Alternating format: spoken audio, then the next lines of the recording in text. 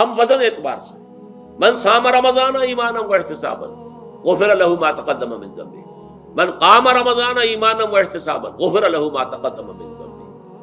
اب سوال پیدا ہوتا ہے قیام اللیل سے مراد کیا ہے؟ یہاں پہ میں تراویح کی کا جو پس منظر ہے وہ بیان کر دینا چاہتا ہوں۔ دیکھیے جیسا کہ ہم نے خطبے میں بھی دیکھ لیا، اللہ نے قیام اللیل جو ہے اسے فرض نہیں ٹھہرایا تطوعا، قرآن مجید میں بھی اس کا کوئی ذکر نہیں، احادیث میں اس کی تشویق و ترغیب پوری موجود ہے۔ ایک اور حدیث بھی ہم بعد میں پڑھیں گے اس پر۔ اس کا پس منظر کیا تھا کہ اس کو چھوڑ دیا گیا۔ اب ظاہر بات ہے مسلمانوں میں کمزور بھی ہیں، مسلمانوں میں وہ مزدوری کرنے والے بھی ہیں، روزہ تو فرض ہے ان پر، چاہے مئی کا مہینہ ہے اور گندم کاٹنی ہے، روزہ تو پھر بھی رکھنا ہوگا، یہ سب کچھ، لیکن یہ کہ رات کو پھر کھڑے رہنا ان کے لیے جاگنا ممکن نہیں، لہذا ان کے اوپر یہ چیز فرض نہیں۔ حضور نے تراویح کی نماز یا قیام اللیل نہ اسے فرض قرار دیا، نہ اس کے بعد جماعت کوئی اہتمام کیا مستقل، صرف 3 راتیں آپ نے جماعت کروائی ہے، اس میں 8 رکعتیں آپ نے پڑھی ہیں کہ جو آپ کا معمول تھا تہجد کا وہ پڑھی، اور تہجد کے وقت ہی جماعت کرائیے۔ یہ ہے وہ حدیث۔ اس کے علاوہ کسی نماز تراویح جو ہے جو ہم پڑھتے ہیں 20 رکعتیں عشاء کے ساتھ متصل، اس کا کوئی ذکر نہ دور نبوی میں ہے نہ دور صدیق اکبر میں ہے۔ یہ دور حضرت عمر کی خلافت میں ہوا ہے، اور ہم نہیں کہہ سکتے کتنے سال کے بعد ہوا ہے۔ حضرت عمر رضی اللہ تعالیٰ عنہ کی خلافت کا دور جو ہے وہ تو 10 برس ہے، ہو سکتا ہے 5 برس کے بعد ہوا ہو، 6 برس کے بعد ہوا ہو، 12 ہوا ہے ان کے عہد میں۔ حضرت عمر ایک مرتبہ مسجد میں داخل ہوئے، مسجد نبوی میں، تو دیکھا کہ کچھ لوگ 8 10 12 جو ہیں وہ ایک جو ہے حافظ کے پیچھے کھڑے ہوئے اور قرآن سن رہے ہیں، کچھ دوسرے کونے میں کھڑے ہیں، کچھ کہیں اور کھڑے ہیں، مختلف جماعتیں ہو رہی ہیں۔ تو انہوں نے سوچا کہ کیوں نہ ان سب کو ایک امام کے پیچھے جمع کر دیا جائے، اور اس کے لیے لوگوں کی سہولت کے لیے عشاء کے ساتھ متصل رکھ دیا جائے، اس لیے کہ تہجد کے وقت اٹھنا جو ہے وہ تو ہر کس و ناقص کا کام نہیں ہے، کہ عشاء کے بعد اگر تھوڑا سا اضافی وقت ہو صرف تو یہ ہر شخص کر لے گا، مزدور بھی کر لے گا۔ لہذا آپ نے یہ نظام تجویز فرمایا کہ عشاء کے متصلاً بعد 20 رکعت نماز پڑھی جائے اور ایک امام کے پیچھے پڑھی جائے۔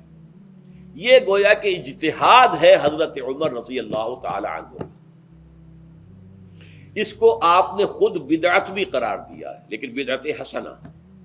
بدعت کس اعتبار سے؟ لغوی اعتبار سے، نئی بات، اس لیے کہ حضور کے زمانے میں نہیں تھی، تو یہ اس طریقے سے ایک نئی بات ہے، لیکن یہ بات چونکہ بہت اچھی ہے، بہت عمدہ ہے۔ آپ جب یہ نظام چل پڑا تو ایک دن مسجد میں آئے، دیکھا کہ بڑی بھری مسجد ہے، صحابہ کھڑے ہیں اور ایک امام کے پیچھے قرآن سن رہے ہیں۔ آپ نے فرمایا نعم البدعۃ ھذہ، یہ جو ہم نے نئی بات شروع کی ہے یہ بہت اچھی ہے، بہت عمدہ ہے۔ اب یہاں سے فرق واقع ہو گیا ہے۔ ایک تو اہل تشیع جو ہے وہ تو ویسے ہی حضرت عمر سے بہت دشمنی رکھتے ہیں، عناد رکھتے ہیں، تو حضرت عمر کے اجتہادات سے انہیں نفرت ہے، انہیں دوری ہے، چاہے وہ کوئی سا بھی حضرت عمر کا اجتہاد ہو۔ ہمارے ہاں اہل حدیث حضرات بھی در حقیقت حضرت عمر یا کسی اور خلیفہ راشد کے فعل کو وہ سمجھتے ہیں کہ یہ ایگزیکٹو آرڈرز ہیں، یہ ہمیشہ کے لیے نہیں ہے۔ حضرت عمر نے اپنے دور میں ایک نظام قائم کیا، ان کے دور کے لیے ٹھیک تھا، یہ ہمیشہ کے لیے نہیں۔ ہمیشہ کے لیے وہ 8 ہی رکعتوں کے قائل ہیں، وہ تہجد والے، لیکن اس میں بہرحال انہوں نے بھی خود یہ اضافہ کیا ہے کہ وہ 8 رکعتیں وہ عشاء کے ساتھ متصل پڑھتے ہیں، تہجد کے وقت تو نہیں پڑھتے۔ اور حضور نے تو صرف 3 روز جو ہے وہ کرائی تھی جماعت، وہ لوگ 30 دن یا 29 دن پڑھ رہے ہیں، تو اضافہ تو انہوں نے بھی کر دیا، وہ نظام میں تبدیلی تو ہو گئی۔ لیکن اہل سنت جو کہلاتے ہیں، ہمارے جو 4 جو ہیں، جو ہمارے مسلک ہیں، حنفی، مالکی، شافعی، حنبلی، ان کا اتفاق ہے اس پر حضرت عمر کا، کیونکہ ان کے سامنے اصول یہ ہے کہ حضور نے فرمایا علیکم بسنتی وسنت الخلفاء الراشدین المہدیین، تم پر لازم ہے کہ میری سنت کو پکڑو مضبوطی کے ساتھ، اور میرے خلفائے راشدین مہدیین جو ہیں ان کی سنت کو پکڑو۔ اس اصول سے یہ چاروں فقہیں جو ہیں حضرت عمر کے اجتہادات جو ہیں ان کو بھی پابندی سمجھتے ہیں کہ تمام عمر کے لیے، قیامت تک کے لیے امت مسلمہ پر ان کی پیروی لازم ہے، لہذا اس میں اجماع ہے۔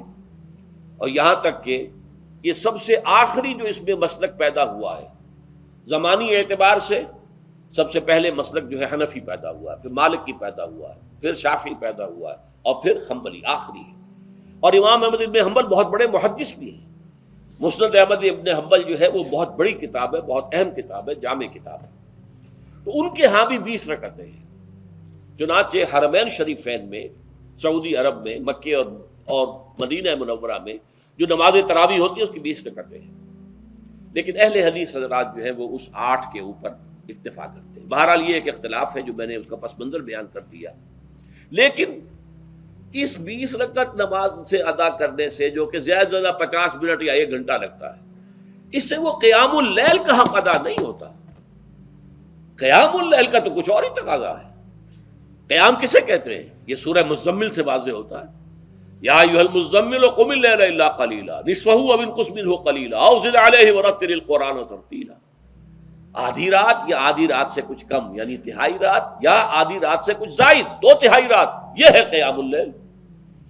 چنانچہ سورہ مزمل ہی کی آخری آیت جو دوسرا رکوع مشتمل ہے جس پر، اس میں صاف کہہ دیا گیا ان ربک یعلم انک تقوم ادنی من ثلثی اللیل ونصفہ وثلثہ وطائفۃ من الذین معک۔ اے اللہ کے نبی، اللہ خوب واقف ہے کہ آپ بھی اور آپ کے ساتھ ایک جماعت بھی رات کو کھڑی رہتی ہے، 2/3 رات یا آدھی رات یا 1/3 رات۔ تو یہ سارا معاملہ جو ہے قیام اللیل کا، گویا کہ کم سے کم 1/3 رات پر اس کا اطلاق ہو سکے گا، یہ نہیں کہ 1 گھنٹے۔ اب اس کے ضمن میں دیکھیے حدیث پڑھیے، تیسری حدیث ہے ان عبداللہ ابن عمرو ابن العاص رضی اللہ تعالی عنہ۔ یہ وہی عبداللہ ابن عمرو ہے جن کی میں نے آپ کو حدیث پہلے سنائی ہے۔ یہ ساری رات کھڑے رہتے تھے، پوری رات، اور ہر روز روزہ رکھتے تھے، جس پر حضور نے منع کیا، لا تفعل، مت کرو ایسا۔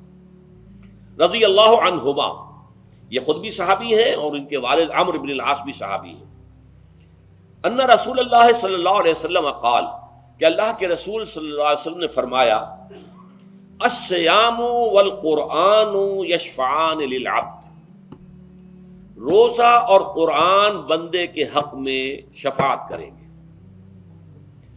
یقول الصیام، روزہ یہ عرض کرے گا اللہ کی جناب میں، اے رب پروردگار، انی منعتہ الطعام والشہوات بالنہار، میں نے تیرے اس بندے کو دن کے دوران کھانے پینے سے اور اپنی شہوت کا تقاضا پورا کرنے سے روکے رکھا، یہ میری وجہ سے روکا رہا، تو میری شفاعت اس کے حق میں قبول فرما، فشفعنی فیہ، میری شفاعت اس کے حق میں قبول فرما۔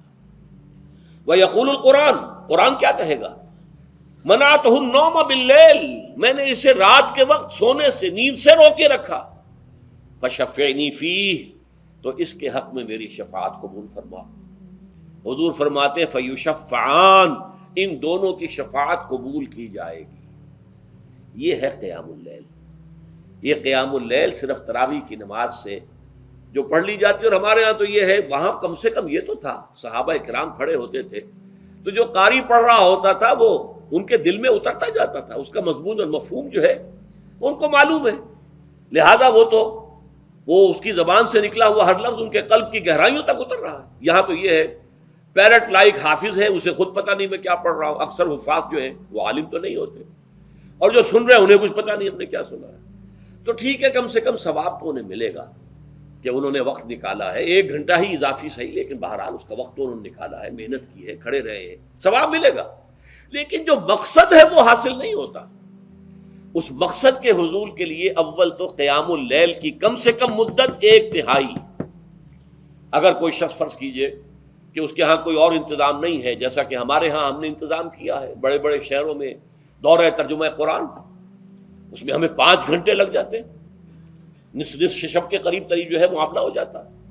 اس میں کیا ہوتا ہے کہ ہر 4 رکعت سے پہلے جو اس کے اندر پڑھا جانا ہے حصہ قرآن کا، اس کا پہلے ہم مطالعہ کرتے ہیں بیٹھ کر، ترجمہ اور کچھ موٹے موٹے نکات کی جو ہے وضاحت، پھر کھڑے ہو گئے اور قاری صاحب کے پیچھے 4 رکعتوں کے اندر وہ 4 رکوع یا جتنے بھی ہیں پڑھ لی، سن لیے، پھر بیٹھ گئے 4 کے بعد پھر اگلی 4 رکعتوں کے اندر جو کچھ پڑھا جانے والا ہے اس کا ترجمہ، اس کی تفہیم ہو گئی، پھر کھڑے ہو گئے، پھر سن لیا۔